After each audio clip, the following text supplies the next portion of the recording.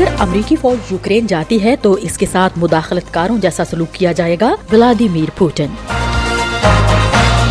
غزہ میں بھوک کو جنگی ہتھیار کے طور پر استعمال کیا جا رہا ہے، اقوام متحدہ۔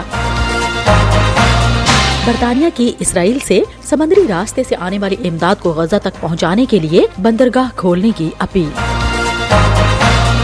وائس آف امریکہ واشنگٹن سے اہم خبروں کے ساتھ سادیہ زیب رانجھا۔ روس کے صدر ولادیمیر پوٹن نے سرکاری ٹیلی ویژن کے ساتھ ایک تفصیلی انٹرویو میں کہا کہ اگر یوکرین میں امریکی فوجی لڑائی میں شامل ہوتے ہیں تو روس ان کے ساتھ مداخلت کاروں جیسا سلوک کرے گا۔ پوٹن نے مزید کہا کہ اگر امریکہ جوہری تجربات کرتا ہے تو روس بھی ایسا ہی کر سکتا ہے۔ انہوں نے کہا کہ روس فوجی اور تکنیکی نقطۂ نظر سے جوہری جنگ کے لیے تیار ہے۔ انہوں نے پولینڈ کو بھی خبردار کرتے ہوئے کہا کہ اگر اس کے فوجی یوکرین میں داخل ہوں گے تو کبھی وہاں سے نکل نہیں پائیں گے۔ یورپی یونین کی خارجہ پالیسی کے سربراہ جوزیپ بوریل نے اقوام متحدہ کی سلامتی کونسل کے اراکین کو بتایا کہ غزہ کا بحران انسانوں کا پیدا کردہ ہے۔ انہوں نے کہا کہ ہمیں اب ایک ایسی آبادی کا سامنا ہے جو اپنی بقا کی جنگ لڑ رہی ہے۔ یہ ایک انسانی بحران ہے، قدرتی آفت نہیں ہے، یہ سیلاب نہیں ہے، یہ زلزلہ نہیں ہے، یہ انسانوں کا بنایا ہوا ہے اور یہاں بھوک کو جنگی ہتھیار کے طور پر استعمال کیا جا رہا ہے۔ انہوں نے اقوام متحدہ کے ادارے اونروا کی حمایت کی جو ان کے بقول متعدد رہائشیوں کے لیے لائف لائن فراہم کرتا ہے۔ برطانیہ کے وزیر خارجہ ڈیوڈ کیمرون نے اسرائیلی حکام پر زور دیا ہے کہ وہ اپنی ایک بندرگاہ کھول دے تاکہ سمندری راستے سے آنے والی امداد کو غزہ تک پہنچایا جا سکے۔ However, this cannot substitute delivery by land, which remains the best way to get aid in at the scale that's needed.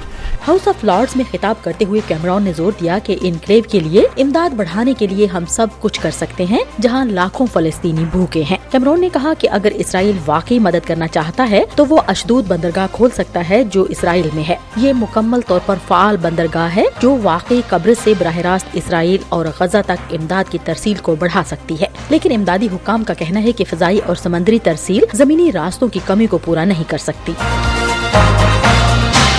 امریکی محکمہ خارجہ نے کینیا کی جانب سے اپنے 1000 پولیس افسران کی تعیناتی کو روکنے کے فیصلے کے بعد کہا ہے کہ اسے امید ہے کہ ہیٹی میں سیکیورٹی انتظام میں مدد کے لیے دوبارہ ایک بین الاقوامی سیکیورٹی مشن جلد سے جلد قائم ہوگا۔ محکمہ خارجہ کے ترجمان میتھیو ملر نے کہا کہ وقفے کے باوجود انہیں امید ہے کہ تاخیر نہیں ہوگی۔ کینیا کی جانب سے یہ تعطل ہیٹی کے وزیر اعظم ایرل ہینری کے مستعفی ہونے کے اعلان کے بعد سامنے آیا ہے۔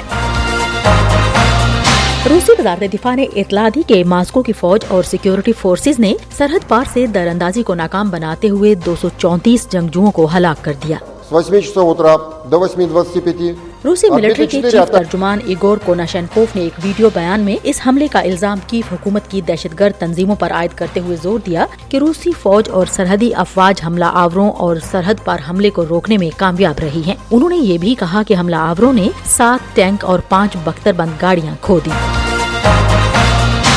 اور بیجنگ نے متنبع کیا ہے کہ چینی ملکیت والی ویڈیو شیئرنگ ایپ ٹک ٹاک پر امریکہ کی جانب سے مجوزہ پابندی سے اسی کا نقصان ہوگا۔ امریکی ایوان نمائندگان آج ایک بل پر ووٹ ڈالنے کے لیے تیار ہیں جو اس ایپ پر امریکہ میں پابندی عائد کرنے پر مجبور کرے گا۔ یہ قانون سازی اس ویڈیو شیئرنگ ایپ کے لیے اب تک کا سب سے بڑا خطرہ ہے جس نے دنیا بھر میں بہت زیادہ مقبولیت حاصل کی ہے، جبکہ حکومتوں اور سیکیورٹی حکام کے درمیان اس کی چینی ملکیت اور بیجنگ میں کمیونسٹ پارٹی کی ممکنہ تابعداری پر خدشات پیدا کیے ہیں۔ ووٹنگ سے قبل وزارت خارجہ کے ترجمان وانگ وین بن نے مجوزہ پابندی کی مذمت کی ہے۔ وائس آف امریکہ واشنگٹن کی اردو سروس سے خبروں کا یہ بلیٹن اب ختم ہوتا ہے۔ میں ہوں سادیہ زیب رانجھا اور ایڈیٹر تھی بہجت جیلانی۔